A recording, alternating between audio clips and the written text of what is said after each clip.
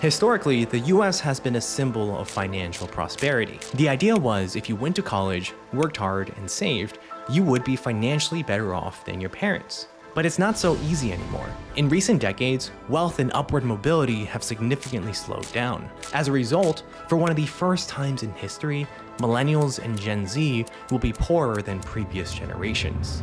The interesting thing is, on paper, income has been growing steadily for decades now. Chances are you're probably earning more than your parents did, even when adjusted for inflation. Which sounds great, but when you begin to ask yourself why, a different narrative emerges. Why am I struggling to pay my student loans off when my parents paid theirs off by working minimum wage? Why am I struggling to rent a 20 square foot apartment when my parents bought their house at 21?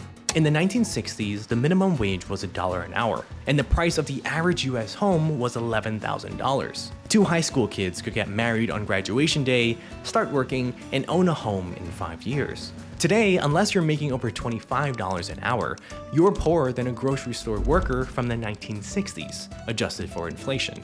The reason is the difference between wealth and income. Wealth is what you've got, and income is what you get. While income has been growing over time for Millennials and Gen Z, wealth has been decreasing. Today, Millennials hold 41% less wealth than a similarly aged adult in 1989, and it's because of this one thing. Economists use the cost of thriving index to measure how expensive it is for individuals or families to meet their basic needs and live a decent life. In 1985, the typical male worker needed 30 weeks' pay to cover the $13,227 in expenses required for a family of 4. Fast forward to 2018, expenses have risen to $54,441, and the typical male worker has to work 53 weeks to get there. But the problem is there are only 52 weeks in a year, unless you're a time traveler. Over the past few decades, expenses have been rising at unprecedented rates, making it nearly impossible for Millennials and Gen Z to build wealth. So the question is, what in the world are these expenses, and more importantly, why do they cost significantly more than before? Historically, homeownership has been a core tenet of the American dream. Many of us want a home that we can call our own, even if it's just to tell our terrible roommates to f*** off. But in recent decades, the rise in the cost of homes has outpaced inflation in the median household income since 1985. Median home prices have more than doubled between 2000 and 2020, making it very difficult to afford one. Housing prices are continuing to surge across the nation, but as Money Watch reporter Amy Peakey explains, the value of real estate is soaring faster than people's incomes in many parts of the country. As a result, homeownership rates have trended downward, specifically among Millennials and Gen Z. For the first time in decades, the Home Affordability Index, which determines the affordability of a home based on median income and median home prices, dropped to 98.5, meaning if you earn a median income, you can no longer qualify for a median-priced home.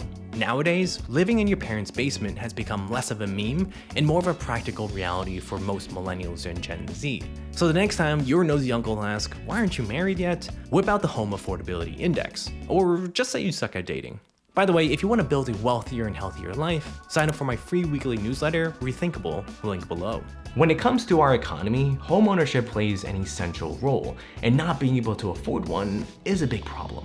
So I'm moving into a new apartment in New York City, and I'm actually shocked. I had prepared for moving costs, some furniture, and late night pizza, but I wasn't expecting how much cost would add up. I thought, hey, we'll get a nice couch, add a little bit of paint, add some lights. The next minute, our Excel budgeting spreadsheet turned into multiple pages with complex formulas and calculations. Broker fee, rental insurance, amenity fee, application fee. For every piece of furniture we bought, we'd find 2 more things that we needed to complement it. Take this couch, for example. So this couch is beautiful. We really love the way it looks, but it looks lonely. We figured we needed some carpet, lights, and side tables to go with it. When you factor in everything, just moving into a new apartment can cost thousands of dollars. That's money that's being funneled into the local economy. And this is only renting. If you're buying a house, you'll have HOA fees, home renovations, landscaping, and more. All in all, housing contributes to 15 to 18% of our nation's GDP, meaning if Millennials and Gen Z aren't able to buy a house, mow their lawns, or buy magic lamps, our economy will suffer. When it comes to bad debt, it can be a trap that holds us back from accumulating wealth. On one hand, it's the engine for economic growth.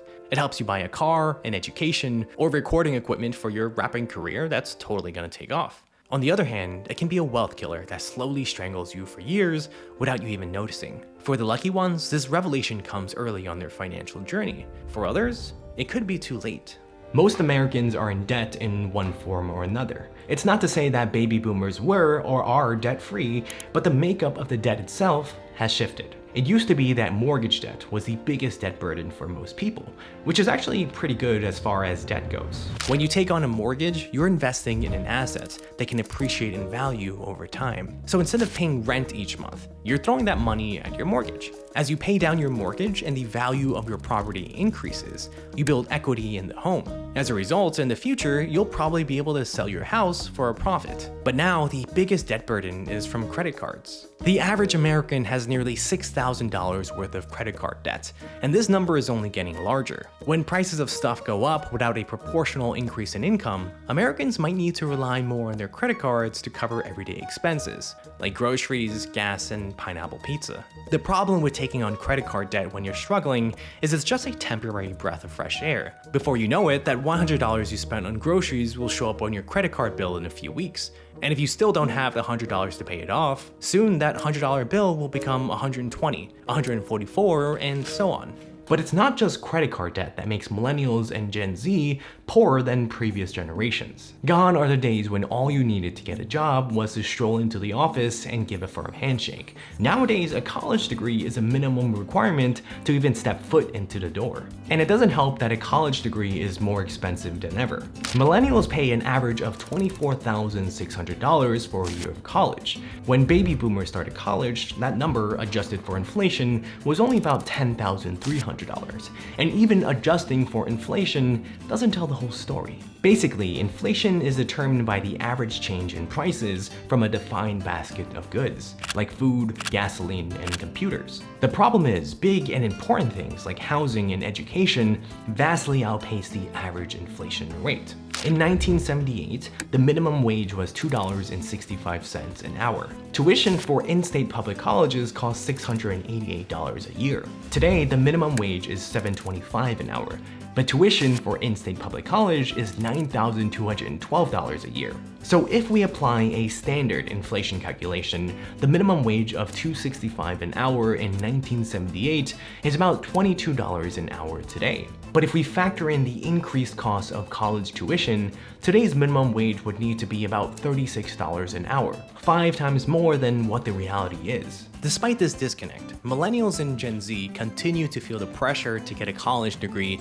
to compete in the job market. The problem is, unlike other expensive goods and services that force certain people who can't afford them out of the market, like a fancy car or Mr. Magic Lamp, the pressure to get a degree means that even families that can't afford the cost of higher education will still find a way.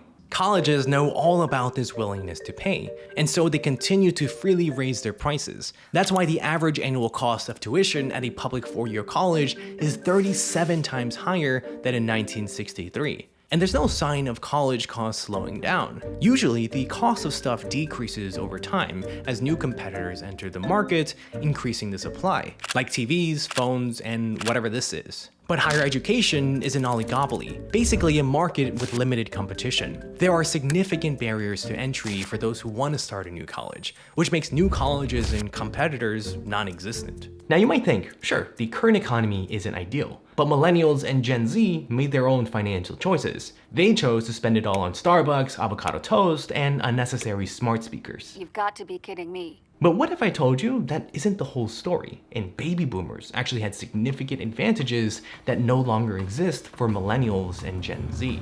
In Outlier, author Malcolm Gladwell argues that individuals didn't become successful just because they worked hard, were determined, or were super smart. Instead, he says that there's this one other thing that actually makes all the difference. In the 1970s, the US witnessed one of the greatest technological revolutions: pocket calculators, microprocessors, Apple computers, and Pong.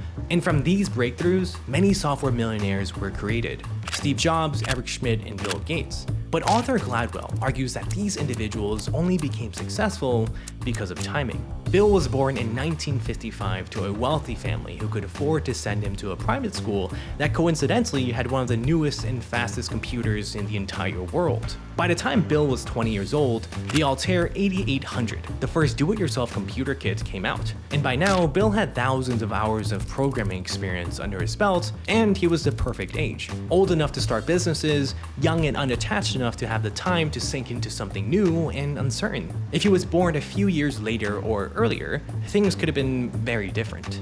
Gladwell says timing is key. He knew lots of people as smart as Bill Gates or Steve Jobs, but many weren't able to capitalize on the computer revolution because their timing was off. Alright, so how does this relate to baby boomers? First, baby boomers were born after the end of World War II, the same time the US was going through an unprecedented economic boom. The US escaped World War II relatively untouched and much stronger than before. Wartime production boosted the US economy, creating countless jobs and raising wages. Industries like manufacturing quickly grew thanks to unprecedented demand. Americans wanted to buy new stuff for fun: cars, magic lamps, and clothes. While other places like Japan, Western Europe, and South Korea wanted American goods to rebuild from the war. Second, quantity. Baby boomers became a significantly larger share of the nation's population, which gave them countless benefits. Economist David Willetts calls this benefit the larger cohort theory. Basically, being part of the largest population gives you more opportunities in political influence. When baby boomers were young, they voted for economic policies that benefited them: low cost or free higher education, family support systems, and stronger social welfare. But when they became older and stopped benefiting from these programs, they changed their voting patterns in favor of other things that served them at their old age: retirement benefits, pensions, and lower taxes on wealth. Voting in self-interest isn't a new phenomenon, but it's important to recognize that when baby boomers push for policies that primarily benefit them in their old age, it greatly reduces or even completely upends the very same benefits that once helped them when they were younger. As a result, Millennials and Gen Z are left without the significant economic advantages that the baby boomers had. Third, education. Today, nearly 40% of Americans over 25 have a bachelor's degree, whereas only about 25% of baby boomers had one at a similar age. On the surface, this is great news. More educated individuals create a better society for all. But the problem is, the more people that get college degrees, the less valuable each degree becomes. In economics, they call this supply and demand. Basically, when the supply exceeds the demand for something, the price of that something falls. Although Millennials and Gen Z are much better educated than their parents, the share of young adults from 18 to 24 that are employed is at its lowest level since the government began collecting data in 1948. That's why nowadays, after you receive your college diploma and you start your job search, you discover that entry-level jobs require 2 PhDs, 3 years of working experience, and an Olympic medal. Now this might be harsh, but as the circle of life goes,